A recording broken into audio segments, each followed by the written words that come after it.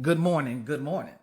How do we govern? How do you want me to govern in 2026 as I continue this governor's path?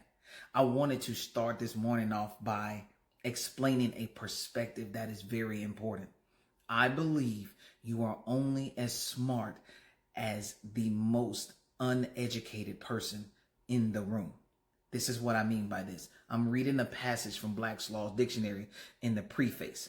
After nearly 40 years as a legal lexicographer, I can attest that marshaling, defining, arranging, and elucidating the whole of the legal vocabulary, as well as ascertaining the most classic and useful explications of terminology to be found in legal literature, has never been more challenging.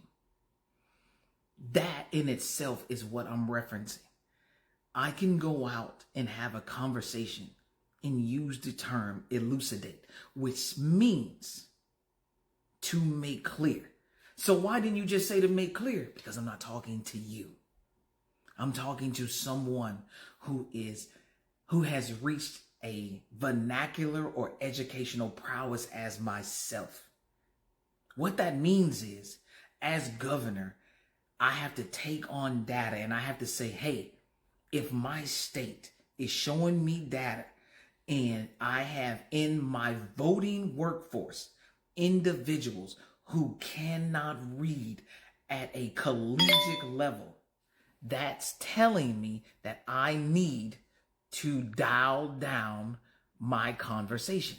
I must dial down my conversation to the lowest metric. If you are conversing in a room of scholars, this conversation is one that is going to be understood by everyone there. But we're not always talking to a room of scholars. We are in some type of battle that they're saying that there is a red and a blue. There is a Republican against a Democrat and then all these other parties and things like that. There's also the conceptual understanding of a non-scientific but put out term called the Mandela effect, which essentially says that a lot of people remember things that didn't really happen. So if you say, hey, I remember when this was like that, and we'll use something particular like, I remember when gas was low and somebody says, well, gas was never low. Well, yes, it was. And then they start to show you data. They start to show you information where gas was not low. And here come the nuances in conjunction with someone's area. So if I come out and I say, hey, I want to provide tax cuts to the majority of what? The majority of who? You got to break that down. Is it the majority that make less than $40,000 a year? Is it a majority that make upwards of $50,000 to $80,000 a year? Is it the majority of people who make upwards of 80 to infinity? Who are you referencing when you're talking about these things? Sometimes we're not pushing our elected officials to give us the down and dirty information about who exactly you're talking to or who exactly you're talking about. We keep speaking in general conversation. And I'm telling you that when I speak, yes, I'm going to have to be able to speak in different levels, different realms. And there will be times where you may hear a tidbit or a soundbite if I get to that level where you may not understand what I'm saying, because that may not be meant for you. But when I talk to the masses, I'm going to talk to hopefully the lowest level out there. There is an epidemic right now that we have graduated voting citizens that cannot read. That cannot read. There are multiple companies now that have come out and said, hey, we are going to now say that through studies, hopefully through studies, that certain degrees may not be necessary to come in and work at this company. Things are evolving. Things are changing. Maybe there's a lot of truth to that. A lot of people aren't going to school because it's expensive. There's a lot of money that goes into that. You're coming out of school with the conceptual understanding that I can't get a job to pay for the education for the field I wanted to get in because it doesn't match the money. And I don't know how we have anybody that is not understanding that we need to have a progressive way of looking at how our economy is flowing inside of Florida.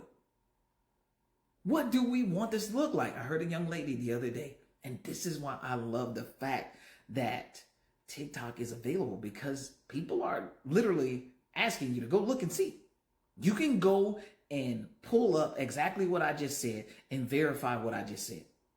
And then you can make your own opinion based off of that. You can make your opinion about me to say, you know what, every time our candidate, Glover Glover, has came out, he has referenced where he has gotten his information from.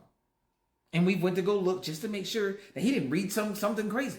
So now I have a little more faith that if he says something, first off, he's going to not change his platform. He's going to read exactly where he got it from. And he's not going to make this up. He's going to tell me what I'm supposed to be looking at. This is why I tell you, guys, if you go to the floridasenate.gov and you type in the term tax relief, right? You're going to find plenty of bills that talk about tax relief, tax cuts, things of that nature. But you have to do the extra mile and go into, well, who were they referencing?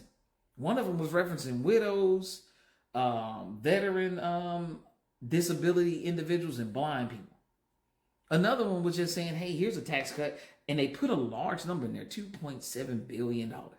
And then when you go into it, you start looking and it says, oh, okay, that's interesting.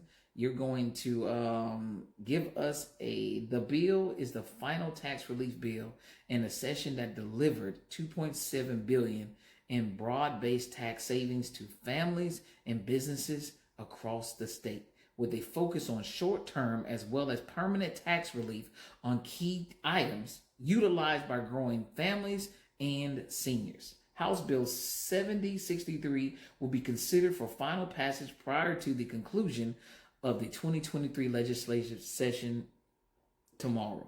And that was when this bill was put out. That was May 4th, 2023 for immediate release. And then you go in and you start looking at the information and the data, and you're like, okay, and then they start talking about exactly what they want to cut.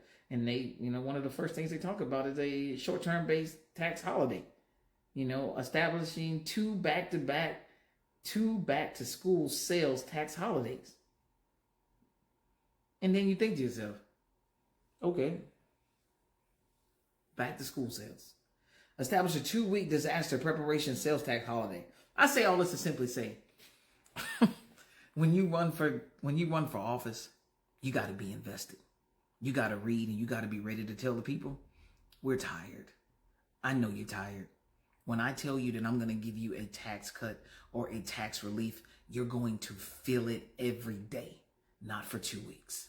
I'm going to implement a bill that you feel on a daily, monthly, annually basis, not 2 weeks. And then when we do implement those policies, we're going to get the information back from those individuals who said, you hurt our business, and we're going to figure out how that tax relief for the majority of people who need it in the areas we need it in, for the longevity that we need it, how we can shore up and make this probable and continual for everyone and not just a few people. That is what it means to talk to the least people in the room. Everyone who's educated is already understanding what you mean. So you're only as educated as the lowest person you can reach. Help me reach the lowest person so I can explain to you that it will take time and sacrifice, but we will implement tax relief policies that have longevity and that you can feel on a day-to-day basis. And we're not talking 2 weeks. We're talking day-to-day, month-to-month, year-to-year. We need reformation. in some of our policies. You guys have a great day.